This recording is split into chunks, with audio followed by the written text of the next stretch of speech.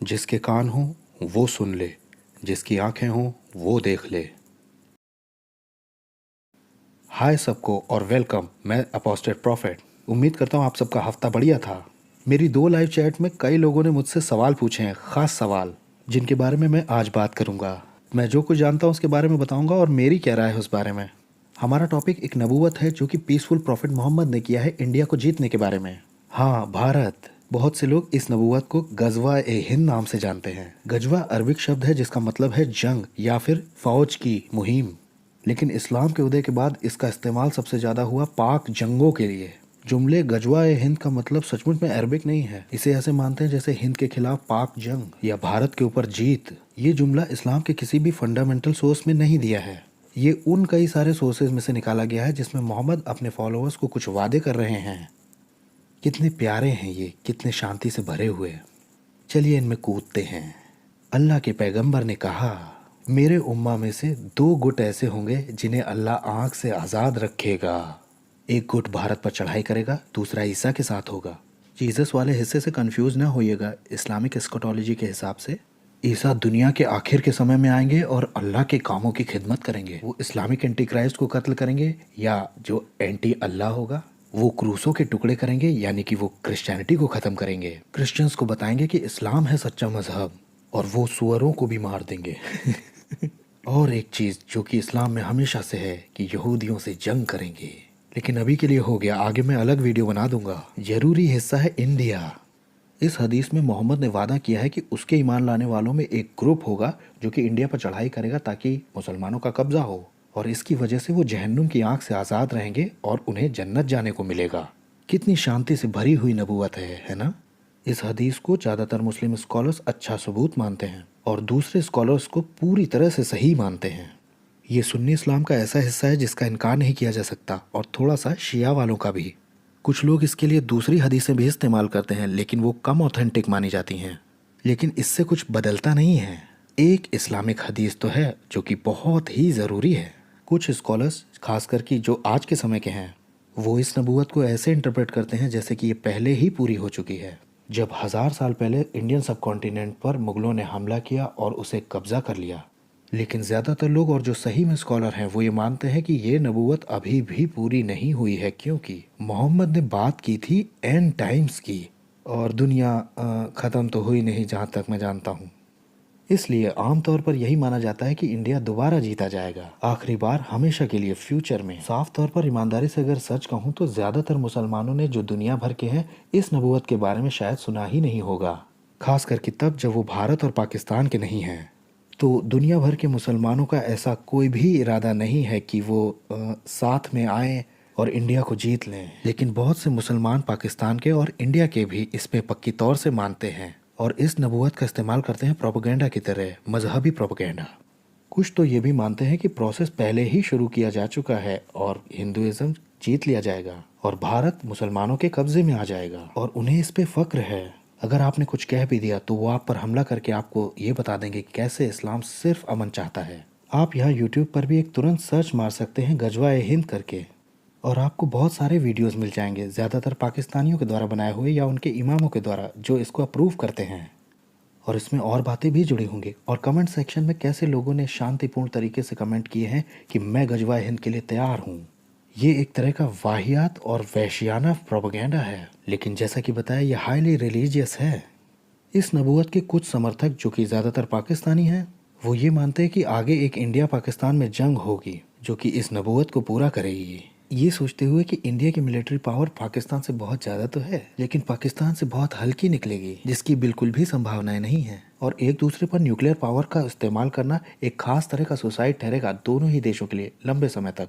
तो इसके लिए दूसरे रेडिकल ग्रुप है इंडिया को परेशान करने के लिए, जैसे कि उग्रवादी कश्मीर में जहाँ मुसलमान ज़्यादा हैं, जो कि इस प्रोपेगेंडा को फैलाते हैं ताकि वहाँ के सारे मुसलमान इस पर यकीन करें।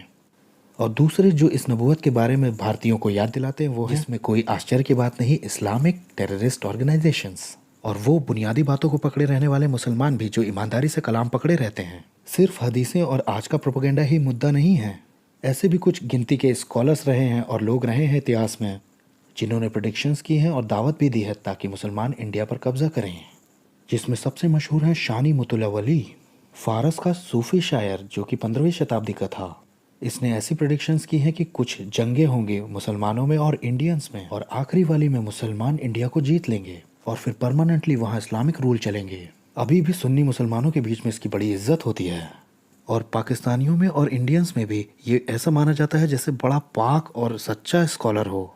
शानी मुतला के लफ्ज़ों को लेकर के कई मुसलमान आजकल कई पागलपने वाले अंदाजे लगा रहे हैं और मतलब निकाल रहे हैं और लिटरली उसके लिए दुआएं कर रहे हैं कि ये जल्द से जल्द हो।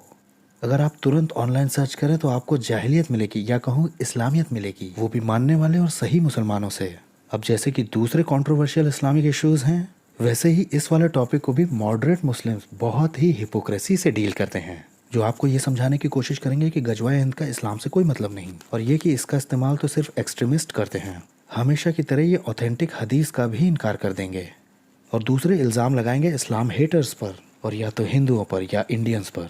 हमें लगता है ये सारे इस्लामिक पेजेस या वीडियोस या शॉर्ट फिल्म्स, यहाँ तक कि ये हदीस भी, ये तो गुप्त मिलीभगत है हिंदुओं की। इज़राइल का इसमें ज़रूर कोई ना कोई हाथ होगा।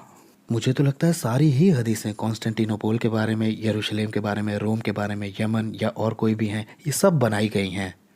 नेतन्याहू ने खुद टाइम में पीछे जा कर के उनका निर्माण किया होगा या उनका मतलब बदल दिया होगा। ये जंग चाहने वाली नबूवतें उन लोगों को बड़ी ही हैरान करने वाली सुनाई दे रही होंगी जो इस्लाम के स्क्रिप्चर से वाकिफ नहीं है, कुरान और हदीस से। और अगर आपको पता है तो ये हैरान करने वाली बात नहीं है। मोहम्मद ने ऐसी नबूवतें कि फतेह करना है, कत्ल करना है, खून बहाना है, बहुत बार की हैं। बहुत ही मशहूर वाली उनमें से हैं फारस के बारे में, ईरान के बारे में, इराक के बारे में, कॉन्स्टेंटिनोपल है, डमास्कस है, जेरूशलेम है और ऐसी और भी हैं।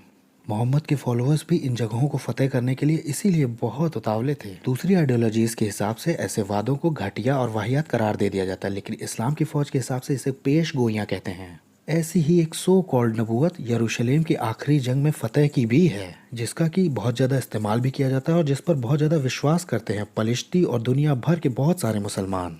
वो ये ईमान करते हैं कि यरूशलेम एक आखिरी बार जीत लिया जाएगा और इसराइल हमेशा के लिए ख़त्म किया जाएगा। यहाँ तक कि रोम को भी फतेह करने की नबूवतें हैं। मुसलमान कभी रोम को जीत नहीं पाए, लेकिन बहुत से लोग ये मानते हैं कि अब ये आगे जल्दी होने वाला है। अब ये बात अजीब है कि रोम की कोई बहुत ज़्यादा अहमियत रही नहीं आज के समय में।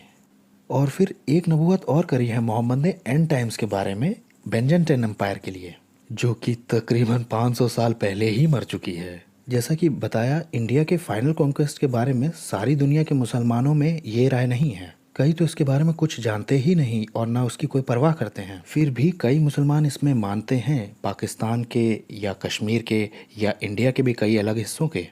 ये एक बहुत ख़तरनाक सोच है जिसे कि वो लोग भी मानते हैं जो कि मजाकिया तौर से कहते हैं कि इस्लाम से डरते हैं लोग और इस्लाम को गलत समझा जा रहा है। ये खतरनाक विश्वास है जो कि खतरनाक लोगों को मोटिवेट करता है। एक बार फिर से ऐसी सोच एक खतरनाक, खुद को ऊंचे दर्जे पर समझने वाला और लड़ाकू आइडियोलॉजी से आती है, इस्लाम से। अगर दूसरे मुसलमान जो कि गजवाए हिंद में नहीं मानते हैं, अगर मेरी कमेंट्री से डिस्टर्ब हैं या चाहे किसी दूसरे की कमेंट्री से भी, उन्हें मुझे कमेंट नहीं करना है कि मैं चुप रहूं या दूसरे चुप रहें। उन्हें अपने सर्किल में ये स्टार्ट करना चाहिए और उन मुसलमानों को डिस्करेज करना चाहिए जो अभी भी ये मानते हैं कि इंडिया को मुसलमान कॉन्कर करेंगे और वहाँ हमेशा इस्लाम के नियम मनवाए जाएंगे।